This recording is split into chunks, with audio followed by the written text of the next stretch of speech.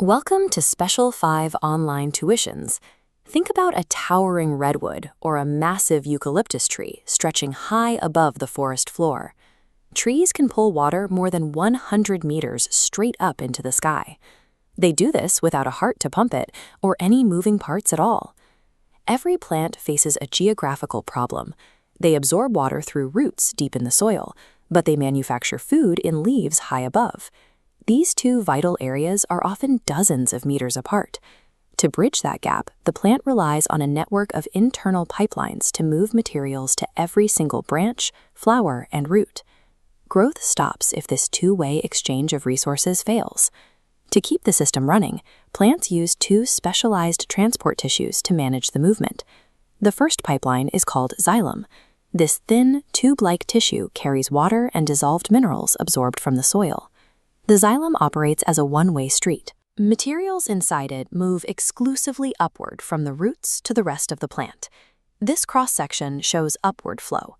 Water vapor escapes through leaf pores, called stomata. This evaporation pulls fresh water upward through the xylem, like a straw. These tubes also have thickened cell walls, providing physical support to keep the plant upright. We can see this upward flow using a simple experiment. Place a plant twig with white flowers into a tumbler of water colored with red ink. After 24 hours, the red color travels through the stem and leaves and eventually tints the white petals. Slicing the stem open reveals distinct circular tubes stained red. This confirms that water travels upward, specifically through the xylem tissue. The second pipeline, phloem, distributes the food the leaves manufacture during photosynthesis. Unlike the xylem, phloem has a complex delivery route. It must reach parts of the plant that cannot make their own food, such as developing fruit or deep roots.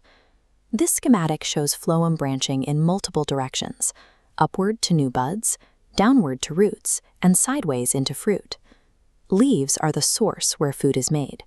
Roots and fruits are sinks where food is stored.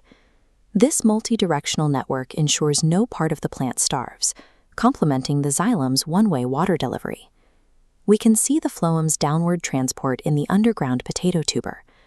The potato is a storage unit for starch, yet it grows in the dark soil where it cannot perform photosynthesis.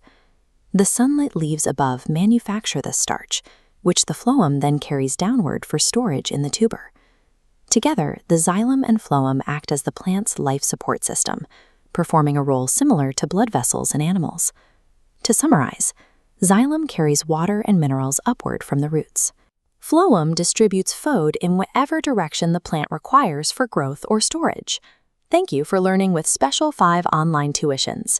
Let's finish with a quick knowledge check. These 5 questions cover the transport tissues, flow directions, and the evidence from the red ink and potato examples. Pause the video here to test your understanding. These 2 pipelines solve the plant's distance problem. By moving water and food across the entire structure, they keep every cell functioning, from the deepest root to the highest leaf.